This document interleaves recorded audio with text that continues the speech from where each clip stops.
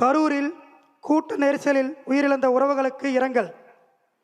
தமிழகத்தில் புதிய மற்றும் நேர்மையான அரசியல் அதிகார மாற்றத்தை ஏற்படுத்தும் உன்னத லட்சிய நோக்கத்தை செயல் வடிவத்தின் முதல் படியாக நம் வெற்றி தலைவர் அவர்கள் தமிழகம் முழுவதும் மக்கள் சந்திப்பு பயணத்தை மேற்கொள்ள தொடங்கினார். திருச்சி, அரியலூர், நாகப்பட்டினம், திருவாரூர் ஆகிய ஊர்களில் நம் வெற்றி தலைவரின் அனல் பறக்கும் பேச்சும் ஆளும் தரப்பை நோக்கி எழுப்பிய கேள்விகளும் தமிழக அரசியலில் அதிர்வலைகளை ஏற்படுத்தின.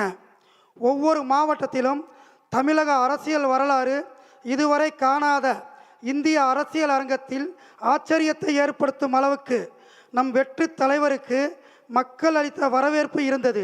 இது ஆள்வோருக்கும் அதிகார வெறி கொண்டவர்களுக்கும் எரிச்சலூட்டியது.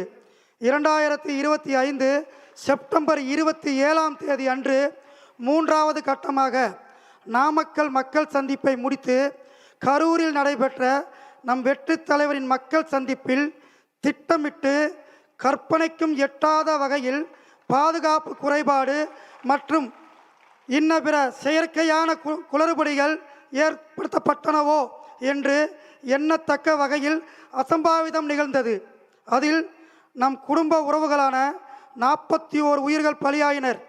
தமிழக அரசியல் வரலாற்று மாற்றத்தை விரும்பும் மக்கள் அரசியலை மையமாக கொண்ட நம் லட்சிய பயணத்தில் பங்கெடுத்து கொள்ள வந்து உயிர் நீத்த நம் சொந்தங்களான அந்த தியாகிகளுக்கு தமிழக வெற்றி கழகம் சார்பில் ஆழ்ந்த இரங்கலை இந்த பொதுக்குழு தெரிவித்துக் கொள்கிறது.